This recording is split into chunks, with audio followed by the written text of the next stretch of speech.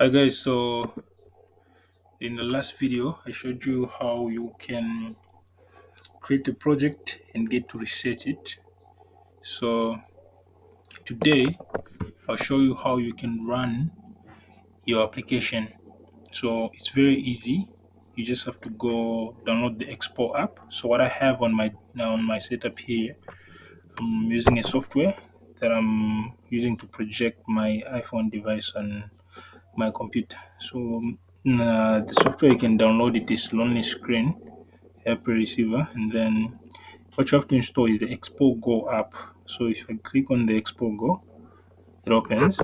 Now, the first thing I need to do is to ensure that my computer and the phone are all connected to one network. So how I ensure this is simple for me. I just had to turn on hotspot on my phone, then connect to my laptop. So this way I'm certain that both are running on the same network. And moreover, if you're using a software to cast, maybe on iPhone using your Windows computer, you're definitely going to it's going to require you to connect using um, a, a software, connect using via a network. Sorry. So automatically, for this software to run like the Ronnie screen, you have to be on one network with the computer. So I'll try to see if I can log in my Expo app,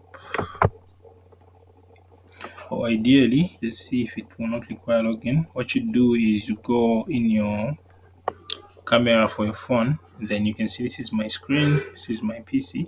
So what I just have to do is to scan this code. So it's going to say open in Expo Go. I click on this. So it's going to go to Expo Go, and then it will start building the project from iOS. So if you can see from here, the build has started. So this will run my application in the app which we call Expo Go. It was very quick, did it very fast because Expo is very lightweight, and I think the boilerplate rather. We've not done a lot of code, so the build should just take less than seconds depending on your network as well.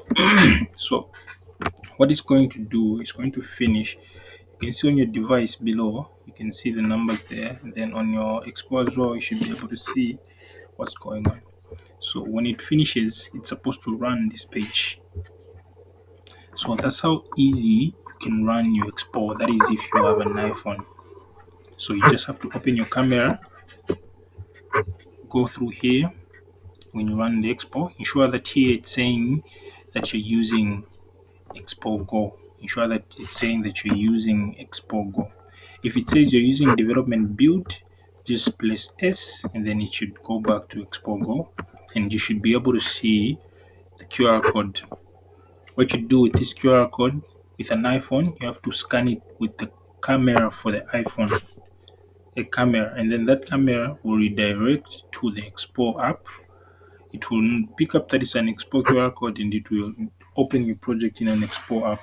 When that happens, the app will start building. By building, you will see some percentages running in the terminal here below, and also in your app, you should be able to see the numbers building up. Now that this is done, what you have to do is to just see what this is saying. So this is a menu that you can use to help you code.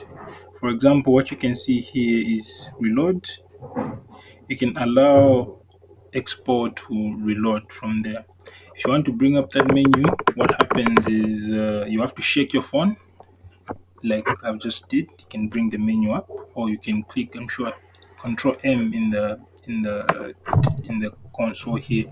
But I feel like shaking the phone is the easy way. That is if you have a physical device. This is very good. It shows this what we call performance monitor, which is this button right here. If I click it, it gives me a box that I can measure the performance of my app. Okay, how much RAM it's using in terms of the UI, the JS, which is the JavaScript, the JCS, the views. So all this, let me shake again. Okay, I can hide the performance.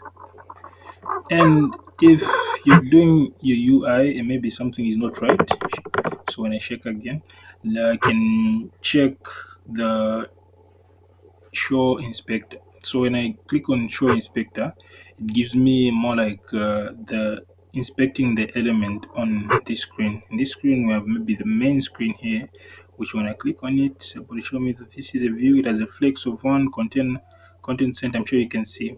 And then when I click on the actual text, it changes. It says there's no star on the text, which is true.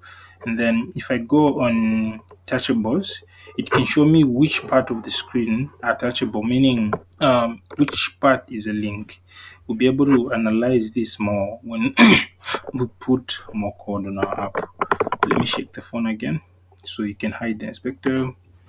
And one other cool thing you can do is to disable fast refresh. Oh, it's not cool. Open JS debugger. It's going to open a debug on your PC. So this is the debugger that you can use, all right, with your React Native, and it's way friendly than the previous debuggers for Expo. If you've been coding in Expo for a long time, you should agree with me that debugging has been one of the most challenging thing on the framework. Most of the issues you find them have been resolved maybe through the community because there's a big community for React Native. So you can monitor the performance as well, the network from your debugger. Then you can monitor the memory. There's a console, so you can do your console logs from, and then there's just an opening page. So we don't need this for now. But the last button, which says disable fast refresh, means that if you put a code down on your IDE, all right, you don't want React Native to pick it then and there. You want to first reload the app. So this can be convenient in cases where you're going to write maybe a lot of lines for you to be able for your app to learn. Otherwise, your app will start crashing and crashing if this one like the way it is. So as you're typing, the app will crash. But when you finish and you type something right, that's when it runs. That's how it works. Let me show you. So if I'm typing the word text, if I'm just start typing like this, all right, I've not finished, but the app has crashed. Why? Because I've not finished. But when I finish typing like this, it picks up, then it's able to render.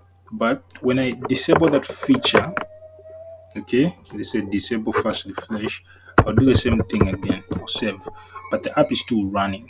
Okay, but in the console I've been told that no, there's an error, but the app is still running. So maybe if you're doing a presentation, you don't want to show the fast refresh. And if I reload, that's when my app crashes. So my app is this test app right here. Yeah, the app crashes. So what I do is I take it back to its original form, and hopefully it's going to run. Everything will run okay. But otherwise, that's what you can. Yeah, I see everything is running okay. So running your Expo is very easy. You just need to understand the concept. So I'll show you how you can do it on an iPhone. So you download the Expo Go app. This is the logo for the app, the one you can see on the screen right now. Then you run your project with npx uh, npx expo start. When you run your project like that, it should give you um, a QR code. So this is where I run my project from. You just have to do npx expo start, and then it should give you a QR code. And this QR code should be using Expo Go. If it's not, just place S under the same terminal. It should change. So, and then when you have a QR code like this, just go in your camera and then scan the QR code, and it should depict that you have to open it in Expo Go. When you do that, the application is going to run. So whatever you do, whatever you code, it will show directly on your app. And don't forget the core concept. For all this to work, you have to ensure that your phone and your computer are all on the same network. And if you have some firewalls set up, you need to ensure that the firewall is not blocking the connection between your phone. You need to make sure that that network is trusted on the firewall. That should help you as well. So otherwise, that's all. I'll catch you in the next videos when we get deep in explaining the core concepts now of React Native.